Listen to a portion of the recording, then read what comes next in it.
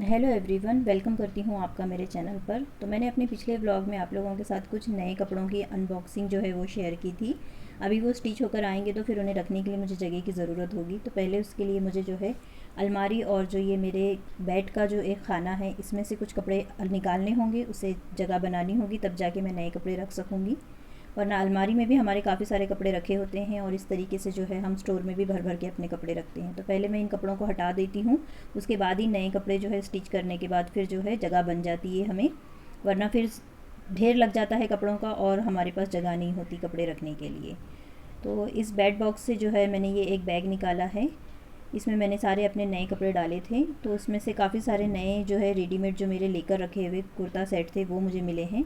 उसी में से ये कुर्ता सेट है, ये शायद मैंने शॉप्सी से लिया था और ये फॉइल प्रिंट का कुर्ता सेट है। डबल एक्सल साइज़ है, फिर भी ये जो फैब्रिक होता है ये धोने के बाद थोड़ा सा अकड़ जाता है, जिसकी वजह से जो है फिर वो हमारी फिटिंग बराबर नहीं आती, इसलिए मैंने इसे साइड में ही रखा था। तो अब देख रही हूँ तो इसमें से दो सेम कलर के कुर्ता सेट निकल रहे हैं, मेहंदी कलर के ही।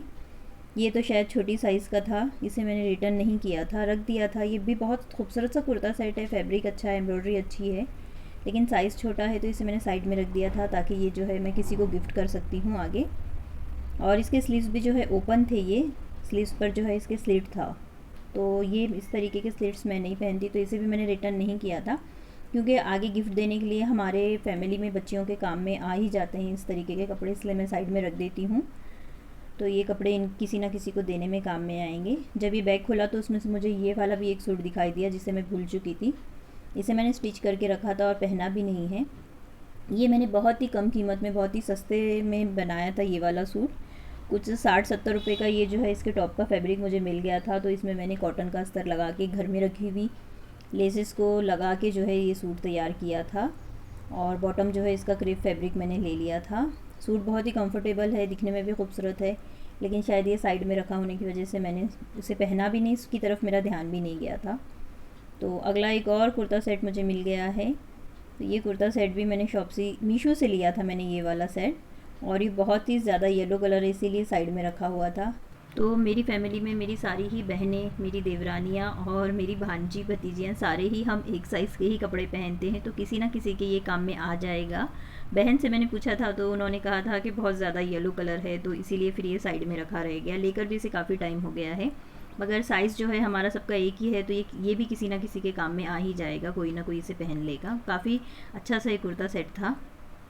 तो ये कुछ साड़ी है और कुछ एक्स्ट्रा कपड़े हैं, तो हमें साइड में रखना ही पड़ता है, जैसे कि आगे कोई मिलने जुलने वाले आते हैं तो उन्हें तोहफे के तौर पर देना होता है। तो इसमें भी जो है ये दो साड़ियाँ हैं। उसी के साथ ये बैग, मेरी नया बैग था, ये मैंने शॉप्सी से लिया था और उसका हैंडल टूट चुका है। तो ये साड़ियाँ भी मैं अंदर रख दूँगी, इसी बैग में डाल दूँगी। उसी के साथ ये वाली भी नई कुर्ती है मेरी, लेकिन ये कॉटन सिल्क मटेरियल है और फिर से मुझे इस तरीके का मटेरियल पहनने में थोड़ी सी तकलीफ़ होती है, बेआरामी होती है, इसीलिए मैं नहीं पहनती हूँ।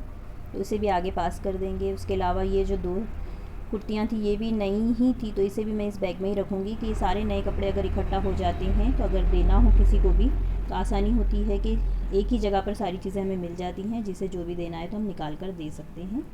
तो इस ब्लॉग को बनाने का मकसद या ये सारी चीज़ें दिखाने का वीडियो में मेरा मकसद सिर्फ यही था कि मेरी आदत ये है कि जब भी अगर मैं 2 से 3 जोड़े नए पहनने के लिए इस्तेमाल के लिए निकालती हूँ तो आगे जो है वो 3 से 4 जोड़े मैं अपनी अलमारी से बाहर निकाल देती हूँ। ज़रूरी नहीं है कि बहुत ज़्यादा पहने हुए हों और बहुत ज़्यादा वो ख़राब हो चुके हैं इसलिए निकाल रही हूँ।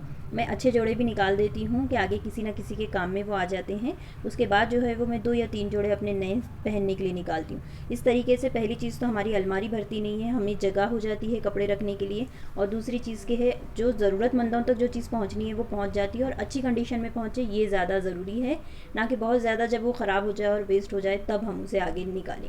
तो ये जो 2 सूट हैं मेरे, ये पिछले साल के रखे हुए कॉटन के सूट हैं, गर्मियों के लिए बनाए थे, पिछले साल नहीं पहने तो इस साल काम आ जाएंगे, तैयार हैं, तो इसी में से निकाल कर जो है मैं पहनना शुरू कर दूँगी। और ये जो सारे कपड़े हैं ये अस्तर के कपड़े हैं, तो जो स्टिचिंग करते हैं उनके पास इस तरीके की चीज़ें होती ही हैं और इन्हें हमें संभाल कर रखना ही पड़ता है, कहीं ना कहीं कोई ना कोई चीज़ काम में ज़रूर आ जाती है।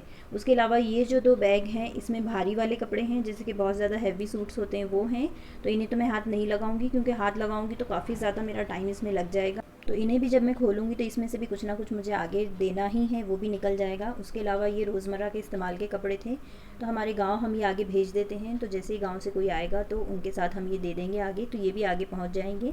उसके अलावा जो है ये मेरे पास बनारसी कपड़ा रखा हुआ था, और ये 2 फैब्रिक है मेरे पास अलग अलग तरीके का। और इसके अंदर अगर इसे स्टिच करना है तो काफ़ी सारा ख़र्चा होगा। अब इसमें अस्तर भी लगेगा, साथ में इसकी बॉटम का कपड़ा मेरे पास नहीं है, दुपट्टा नहीं है, लेस नहीं है, तो काफ़ी ख़र्चा होने वाला था। तो इसीलिए इन्हें मैंने साइड में रख दिया, क्योंकि इस तरीके के सूट पहनने में भी ज़्यादा नहीं आते हैं, अगर कोई फंक्शन हो या ईद वगैरह पर ही पहनना हो तो ही। तो इन कपड़ों को भी मैं स्टिच तो ज़रूर करूँगी, क्योंकि आगे हमारे ये कपड़े यूज़ में आ ही जाते हैं, कोई ना कोई पहन ही लेता है। तो अब ये सारे नए कपड़े इस एक बैग में हैं, तो मुझे आसानी होगी, जब भी निकालना होगा, किसी को आगे देना होगा, तो मैं आसानी से निकाल सकूँगी। तो इस वीडियो में इतना ही, मुझे दीजिए इजाज़त। मिलती हूँ आप लोगों से इसी तरीके के किसी अगले ब्लॉग में।